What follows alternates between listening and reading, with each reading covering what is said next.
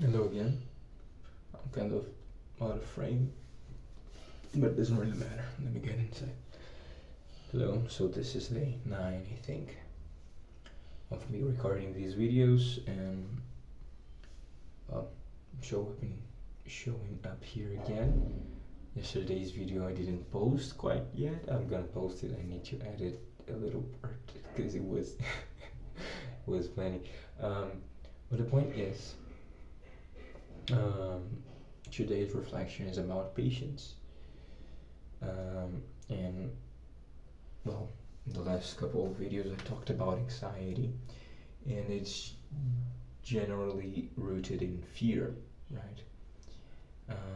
And anxiety uh, comes from fear. Fear comes from insecurity. Insecurity comes from lack of confidence, and lack of confidence comes from lack of evidence, and lack of evidence generally means lack of faith, or that's basically it. But also anxiety leads to impatience, and that's the thing. Because, well, if you don't trust the Lord, if you don't trust the process, for example, we will try to rush things, and there's time for everything under the sun. There's time to laugh, there's time to cry, there's time to work, time to rest, there's time to play, and there's time to study. There's time for everything. There's time to laugh and there's time to cry. So there we have a couple of reflections. So there's time for everything, and in our hands we feel like we are a little bit off, but the point is, trust in the Lord. Trust in the Lord. In Portuguese, there's a verse called "Trust in the Lord, give your ways to Him, and the rest He's gonna do." There's something like that. I'm just translating. So I was reading Genesis, and we're talking about Abraham and Sarah. God said, "Hey, you forget everything you have. Let's go." And he said, "Let's go." And then he traveled, and God promised him. God said, "Hey, you're gonna be a father of nations. Your children gonna be like the skies, the stars in the sky, like the grains of sand in the desert. That's gonna be your children." And I was like, "Cool, let's go." And he went, and he used to see God literally with his eyes, and he would understand him and talk to him. It's kind of strange to think about it, like a guy talking to God directly, like, and him answering him like face to face. That seems impressive. But the point is, God lives within us, and that's pretty cool. Because Abraham didn't have that. Abraham didn't have the Holy Spirit within him, as we do, because we got that after Jesus Christ died for us and gave us salvation. But anyways, Abraham went and did what God told him, and he was with Sarah, his beautiful wife. But he also feared. He was a human. So, for example, Sarah, according to the Bible, she was so beautiful. When he got to Egypt, he got scared because she was so damn pretty.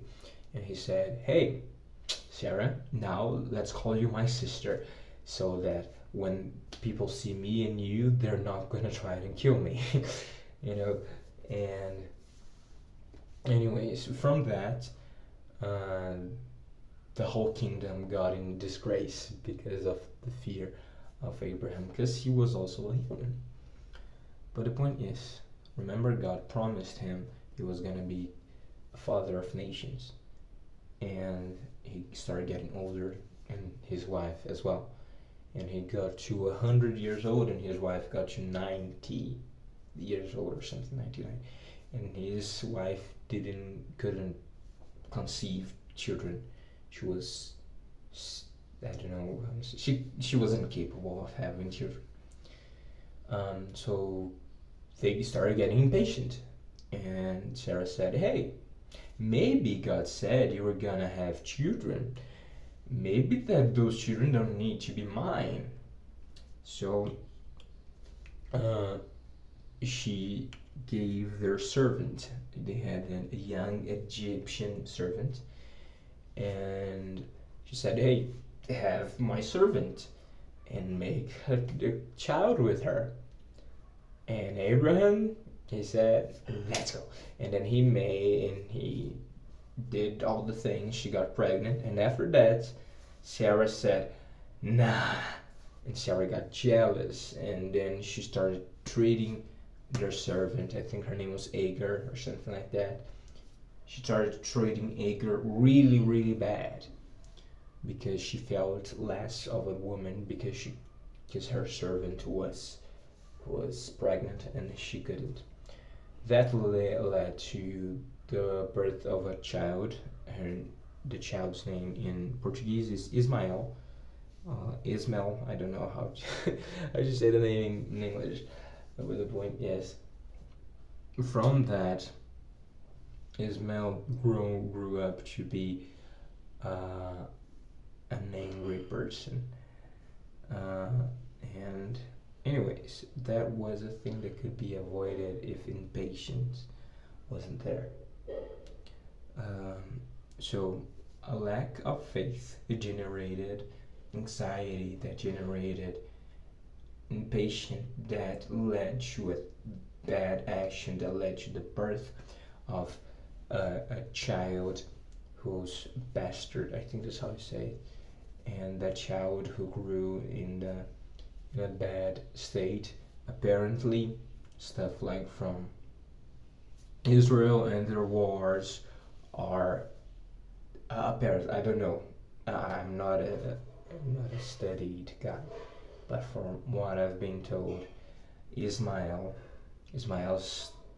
descendants are like those one at the Gaza place, those guys that are in war with Israel, and Isaac's descendants are Israel's, like, so they're in constant war from back then. But yeah, impatience led to bad outcomes. Then God, if He made a promise to you, if He made a promise, He's gonna do it. You know, He's gonna do it. And He's not a human to go back in His word. He could if He wanted to, but He's not one of us. He's way beyond what we are. So He said, "Hey, no, the children you're gonna have are from Sarah, not from your servant."